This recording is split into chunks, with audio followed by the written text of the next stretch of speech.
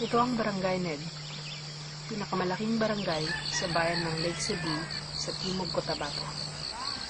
Tinubo ang lupa ng mga lumad na tribong Tiboli at Manobo at isang resettlement area naman para sa mga benepisyaryo ng Agrarian Reform Program.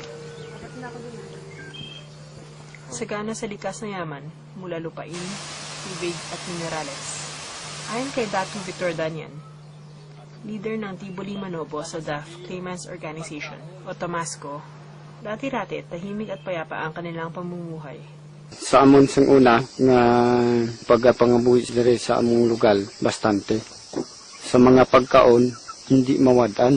Mag-uma kami, may mga mais, may mga humay, mga kamute, kamuting kahoy, bastante na tanan kay wala na mong ginapagawas ang among produkto ginakonsumo. Kag isa pa ang among pagapuyo diri tawhay. Kay nga wala pa sining mga nagasulod sa area. Taong 1991 nang lisanin ni na Datu Victor Danian ang sitio Total Bunlangon dahil sa pilitang inangkin ang kanilang lupain at ginawang plantasyon ng kape sa ilalim ng Industrial Forest Plantation Management Agreement ng Silvicultural Industries Incorporated o SII. Itong taon ang inilagi nila sa sitio Blogsanay bago sila tuluyang nagdesisyon na angkinin ang kanilang tinubuang lupa. Subalit laking gulat nila sa kanilang nalaman. Pagkaabot diri, amo na ang pag-abante namo diri. Nag-aabante kami diri kay ini sang una kapihan pa ni. Puro na ni kapi ni. Kami diri sa area wala mi kahiring nga gina-apply naman sa gina-mining ang ara sa Manila kag ang amon Japon nga ancestral domain. Pero sunod sa ako hindi ko gusto nga atong pagkuan nila IPMA wala gyapon ko kabalo, wala atong nag-agi sa legal. Pagkatapos gina-apply naman sa mining. Pero sa akong mga gusto karon sobra-sobra naman ang ginahimo. Illegal patong una, pagkatapos illegal naman. Kag wala man ginarespeto ang among katungod, kung ginakonsulta, ginapigos lang ginakuha ang area. Lingid sa kaalaman ng Tamasco, ang kanilang ancestral domain claim ay sakop din ng exploration para sa malakihang pagmimina ng coal sa ilalim ng Daguma Agro Minerals Incorporated at ng Bonanza Energy Resources Incorporated. Atong 2006 nagsugod na sila mina, pero ang diri wala pa sila kasulod diri karong murag 2007 amo nang pagsulod nila. Ang ginamina nila diri coal, tapos kaning coal mao ning panggatong sa mga coal fire power plant na makadaot sa kinaiyahan. Sakit kaayo kay tungod giilog ang among katungod, ang among yutang kabiling. Unya nag-drilling na sila nga wala nagtugot ang katilingban. Ang dinaranas ng Tamasco sa kanilang ancestral domain theme ay isa ring bangungot para sa libo-libong residente ng Barangay Ned na ang pangunahing kinabubuhay ay pagsasaka. Bali ang kasanapian sa mga tao diri sa pagsulod sa mina, ulay kalahian sa uban ng mga lugar nga gisudlan sa mina. Una-una sa pagsulod nila sa pagkuha pa lang nila daan sa FPIC, moingon sila sa muang nga nakakuha daw sila FPIC, pero ang dakong pangutana giunsa nila pagkuha ang FPIC, wala man lagi sunod ang sakto nga proseso nga dapat i-inform nila tong mga tao bahin sa project nga mosulod. Ang gihimo man gud nila bago sila nag-FPIC diri na sila, so dapat unta nga may tabo nga before sila magpasok mag-FPIC sila para mabalang sa mga tao kung unsay purpose nila kung nagsulod sila. So lahi ang mahitabo diri bago sila nag-FPIC na sila daan diri. So ibase na mo sa balay bago na nang hisatag iyan na sa sulod sa balay. Sa pang pasalig sa kumpanya diri, ginasulti jud na nila one time nagkandak sila consultation nga lahi daw sila sa uban nga kumpanya, responsible miner daw sila. Pero para sa mua, dili mo kumbinsido nga responsible miner sila. Kaya dito sa mga test mine nila, nakita dito nga ang pasalig nila ato nga after nga na makakuha sila gatong 6 dump trucks na coal. I-rehab nila. So kung tanaw nimo dito sa area nila karon nga gi-rehab, na sila dito gipang tanom nga kahoy nga 3 months na to gitanom nila pero ang murag wala ni tubo gikan sa lupa ba.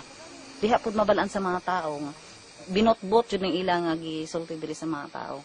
Ang ilang nga pagkuha sang FPIC sadto ang mga kamalaman katigulangan namon murag giadtuan lang sila og gihatagan o gipaberma sa blanco nga papel. Pero pagsulod nila wala kami kahibalo nga nagsulod na diya sila, ara na sila sa mga equipment nga ginpasulod. Pero wala sang konsultasyon, wala sang respeto sa amon nga Damasco una.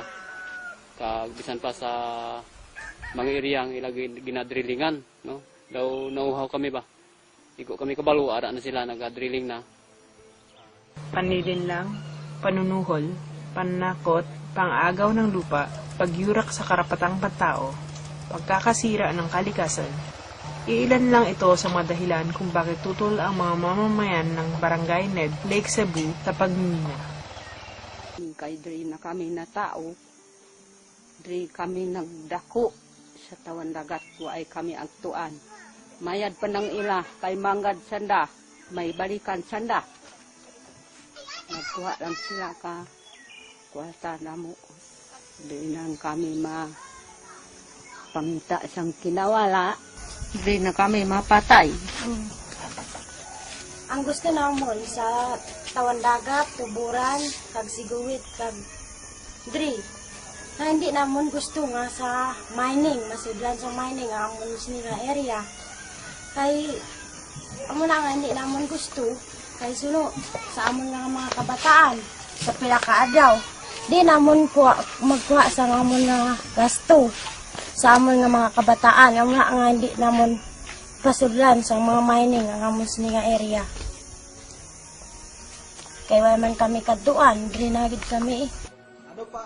Ang pagsulod aning dagkong kumpanya sa mina diri sa amua, dako jud na siya epekto una-una. Magmina sila diri, kani siya nga Ned, isa nga daan siya ka settlement sa Department of Agrarian Reform.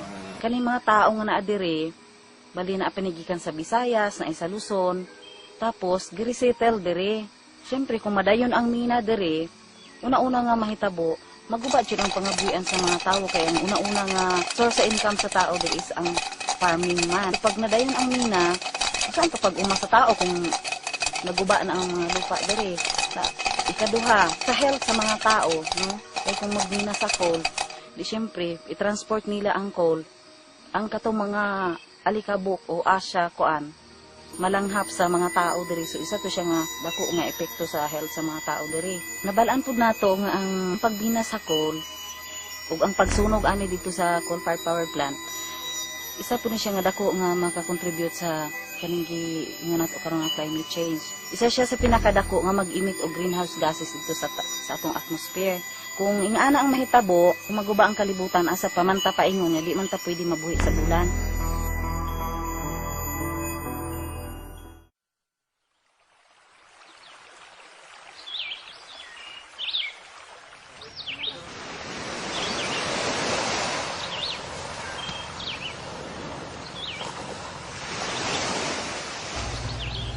Ito ang Maasin, isang bayan sa probinsya ng Sarangani sa katimugang Mindanao. Mayapang tahanan ng libo-libong Kristiyano, Muslim at mga lumad. Karaniwan sa kanila, pangingisda at pagsasaka ang kinabubuhay. Ang kanilang payak at tahimik na pamumuhay ay unti-unting nabalot ng pangamba dahil sa isang proyektong tinagurian ng mga eksperto na deadly energy, ang coal-fired power plant. Mamatay hindi lang dahil sa panganib na dulot nito sa kalikasan at sa kalusugan, kundi pati na rin sa bantang dislokasyon at kawalan ng pagkukunan ng hanap buhay ng mga residente sa sitio Tampuan. Isa na rito si Ginang Evangeline Kami diri Sabiliano, sa sitio Tampuan. na isang mangingisda. Sukad sa pagpuyo na ko diri, ang gihimo sa mga lumulupyo diri sa sitio Tampuan, mao na gyud ang pagpanagat. Gikan ni atong mga panahon na pagpanagat gyud ang mga makuan permero rin manadjap nya katong wala na mo pagkuha ang sa Japon panay panukot bago pa mang nabala na mo ni sila ng niaging tuig na pahawaon kuno medere kay gamito na daw kuno sa kunal ang maong area kay ila na daw kuno ning napalit. Mao na ang ilang pagsabot sa mga meeting sa mua. Himuan daw kuno og kana kuan diri planta daw kuno sa coal power plant. Nahadlok yung mga katawan kay ang alang og pag-ingon nga pahawaon mi diri asa may mamuyo nga wala man mi mabitaw na muyo lang mi aning daplig kabay-bayunan kay ang among pangabuhi sa panagat unya ug puyo pud mi bukid wala man pud mi yuta nga umahan kay wa man mi mga yuta. Ana nag-antos gyud mi aning daplig baybay kay diri man gyud mi mabuhi.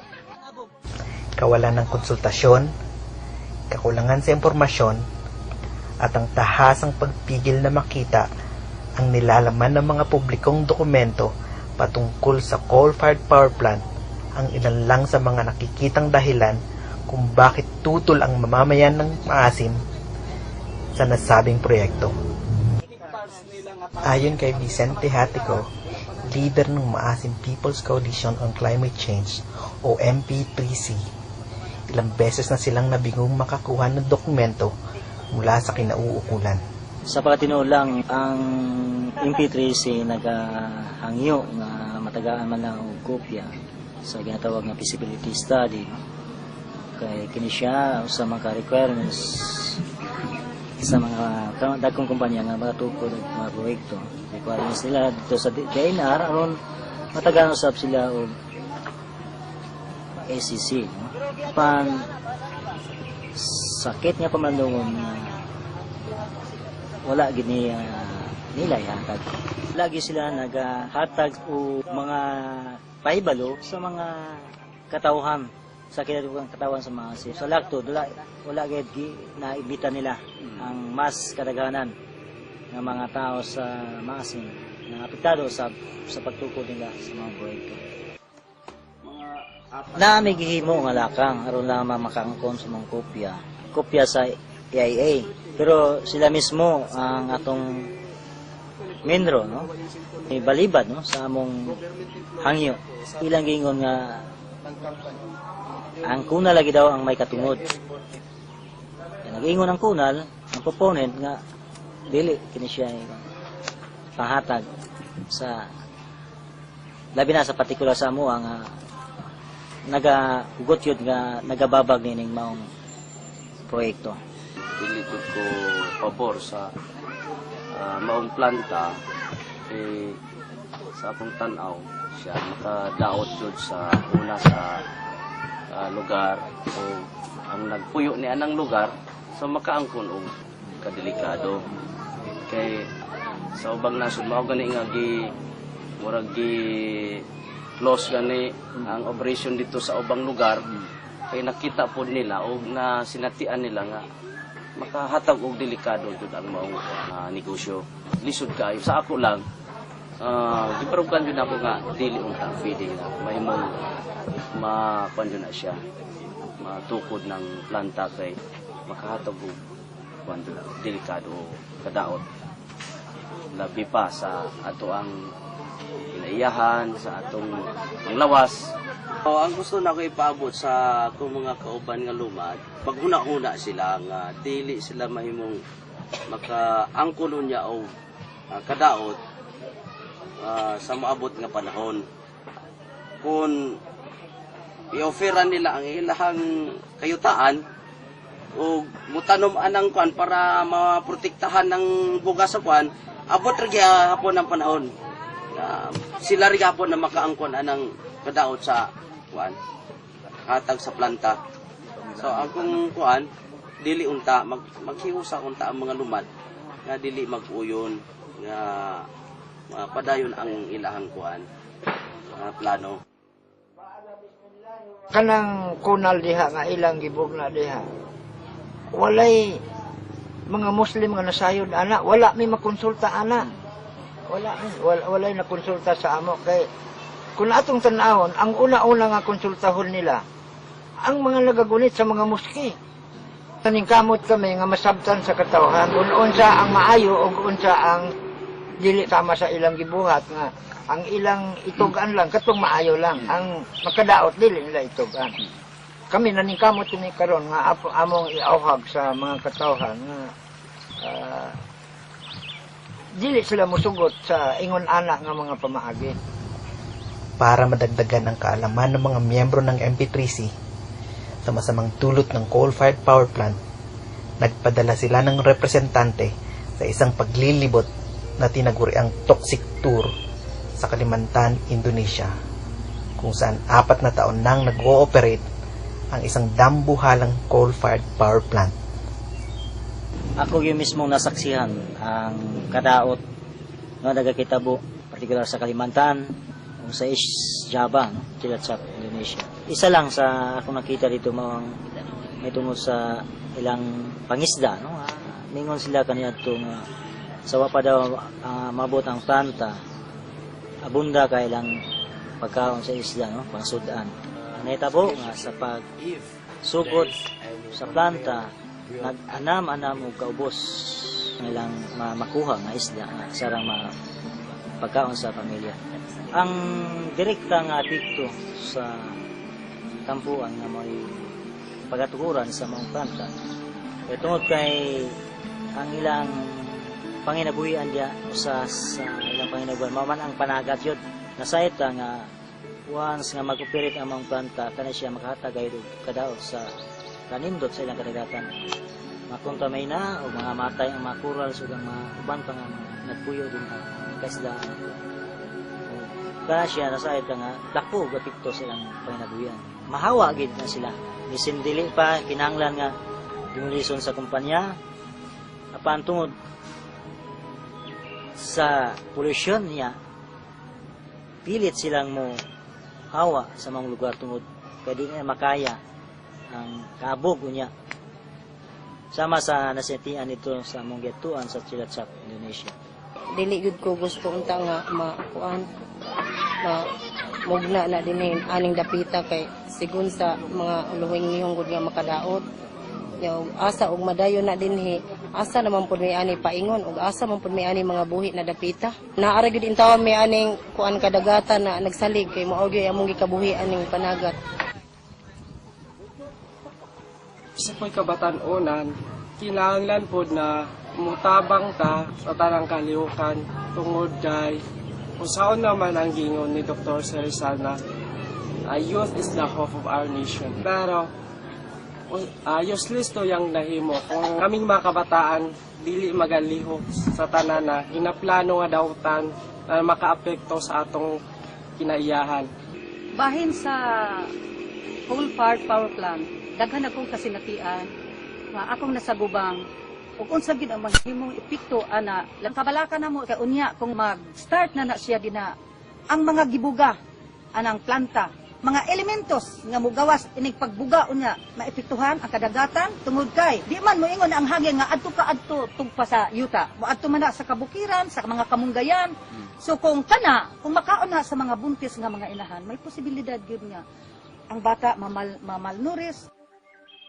Ang MPTC, Mass and People's Coalition on Climate Change, nagasabwag, naghatag og edukasyon, paibalo kanto sa mga katawhan kung sa mga ang tinuod nga mahitabo o epekto niini ngadto sa katawhan. Di lamang sa positibo nga bahin kundi ang negatibo kadang sa